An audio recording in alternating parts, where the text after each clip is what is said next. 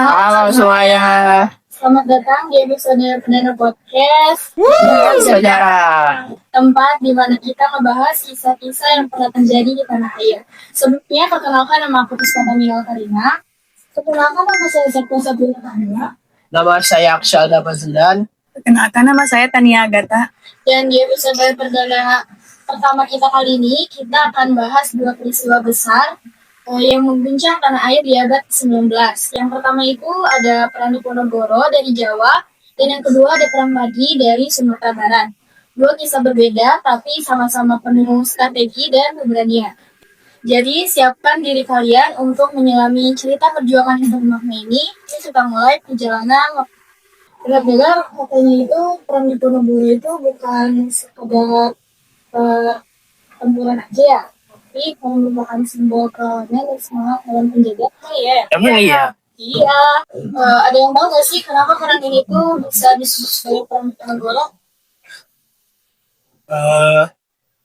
Awalnya disebut Perang Diponegoro itu karena dia ngambil dari nama pemimpin utamanya, yaitu Pangeran Diponegoro. Nah, terus kenapa disebut Perang Jawa? Karena perang tersebut terjadinya di tanah Jawa. Penyebab dari perang ini terjadi itu apa sih? Awalnya itu karena Belanda mulai ikut campur tangan terhadap sistem kerajaan, dan kolonial Belanda juga mulai ikut campur tentang politik dan sistem lainnya terhadap Keraton Yogyakarta. Kehidupan rakyat guys, penting banget. Banyak tanah rakyat yang diserahin ke orang asing pada naik, terus kehidupan petani juga jadi susah. Tapi langsung lagi dari tanah ini para bangsawan malah hidup mewah dan nggak peduli sama sekali sama kehidupan mereka di luar istana. Ini ngebuat Pangeran Diponegoro kecewa banget, soalnya menurut beliau seharusnya pemimpin itu memihak ke rakyat, tunduk ke penjajah. Nah, puncak kecewaannya ini terjadi waktu Belanda masa tiang-tiang rel kereta api melewati pemakaman ibunya Pangeran Diponegoro di Tegarejo. Bayangin, tempat yang dianggap sakral dan penuh makna bagi keluarganya malah dirusak gitu aja. Hal ini membuat Pangeran Diponegoro bangkit dan menyatakan perang melawan Belanda. Nah, perang ini dimulai pada 20 Juli 1825 ketika pasukan gabungan Jawa Belanda dikirim ke Tegarejo buat nangkep Pangeran Diponegoro. Tapi mereka gagal karena Pangeran Diponegoro berhasil melarikan diri. Setelah itu, beliau pindah ke Gua Selarong di Bantul, yang kemudian dijadikan markas utama perlawanan. Dan dari sana, Pangeran Diponegoro mulai menyusun strategi dan menggerakkan pasukan. Banyak rakyat, petani, santri, sampai para bangsawan ikut gabung. Bahkan ada salah satu tokoh penting yang ikut membantu mereka, yaitu Kiai Mojo. Kiai Mojo adalah seorang ulama dan pemimpin spiritual yang menjadi penyemangat para pejuang. Strategi yang dipakai Pangeran Diponegoro adalah perang gerilya. Perang gerilya adalah perang yang serangannya cepat, tiba-tiba, dan berpindah tempat, supaya musuh susah melacak. Selain itu, beliau juga menggunakan taktik perang atrisi, yang yaitu membuat musuh kelelahan dan kehabisan sumber daya. Jadi bisa kita simpulkan dari Perang Diponegoro ini itu bisa dijadikan simbol dari kebangkitan dan penindasan terhadap masyarakat Jawa, dan itu menjadi bukti bahwa seorang pemimpin bisa mengguncang kekuatan atau pengaruh sebesar apapun.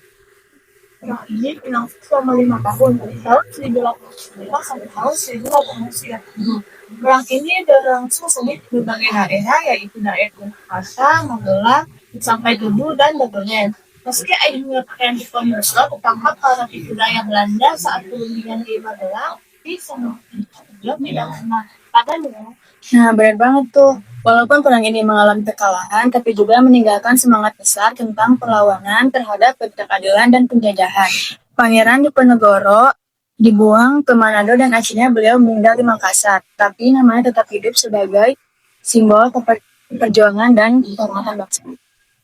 Memori berarti tahu sih Iya, haus. Haus banget ya udah. Ya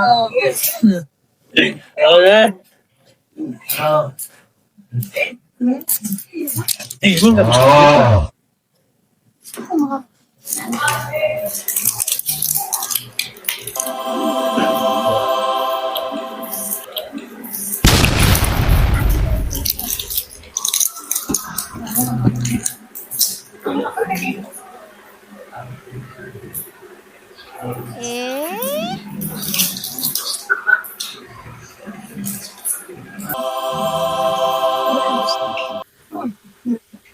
Iya.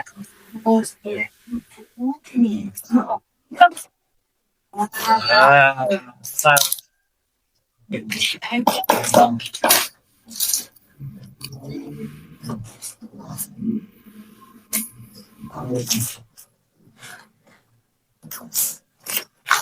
Kemudian ini ya. ini saya ya. Iya, selanjutnya ya.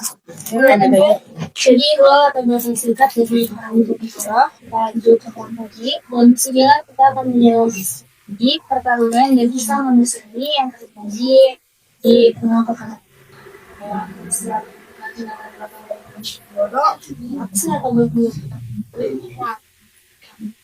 Ini adalah perang di Sumatera Barat. Nah, jadi di wilayah Padang dan Belitung. Perang ini berlangsung dari tahun 1803 sampai tahun 1930-an.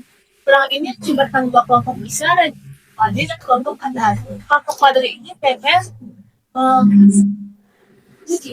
seorang kelompok Padri ini pengen tegakkan adat Islam secara murni di Minangkabau, sedangkan kelompok Kadar ini ingin mempertahankan misi lama dan yang hebat di ujung. Tapi sayangnya keadaan berbalik di tahun 1921. Karena udah terdesak, kaum adat akhirnya minta bantuan ke Belanda. Dan pada 4 Maret 1832, pasukan Belanda yang dipimpin oleh Letnan Kolonel Raff berhasil mengusir kaum Padri dari Pagaruyung. Setelah itu Belanda bikin benteng pertahanan di Batu Sangkar yang namanya Fort Van der Capellen. Sementara kaum Padri akhirnya mundur ke Litau buat nyusun kekuatan lagi.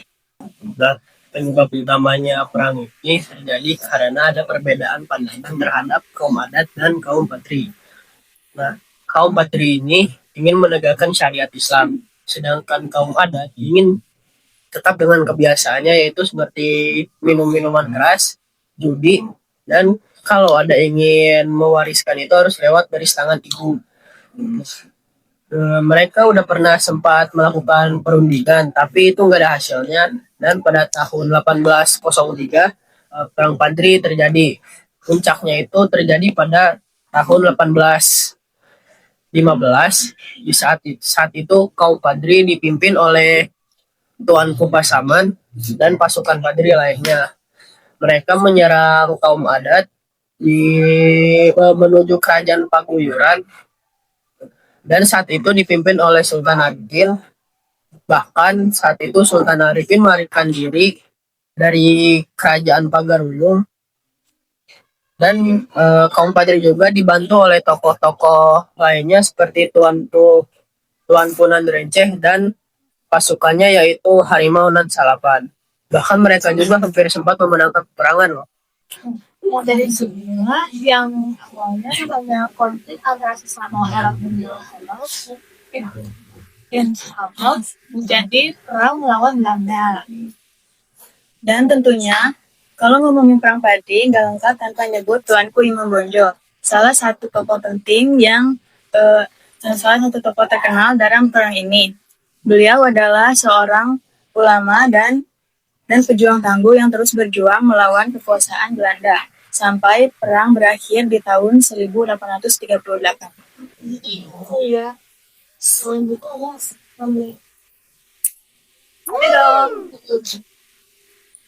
ada dua yaitu perang Ponorogo sama perang Padri. Ya. Nah, nih kedua, fakta menarik perang Diponegoro itu yang terjadi tahun 1825 sampai 1830 itu terjadi karena Belanda memasang pematokan makam leluhur ke Ponorogo, dan Belanda tidak puas atas pematokan tersebut, sehingga Diponegoro itu memakai strategi gerilya dan memanfaatkan musim hujan untuk melawan Belanda. Dan di situ juga Belanda mengubah taktiknya menjadi steel yell untuk menekan kaum Diponegoro. Terus mati. Dia langkah dari kelompok. Tapi dia kan apabila sudah difokus orang tua, kedua ini bersatu buat kawan dengan yang lebih apa ada seorang ada bahasa Inggris ada seorang canggih ini menjadikan kelakuan yang tidak kalau diketahui dan nanti sangat benar yang jadi bisa dilakukan dari kedua kamus itu istilah itu lihat kita dan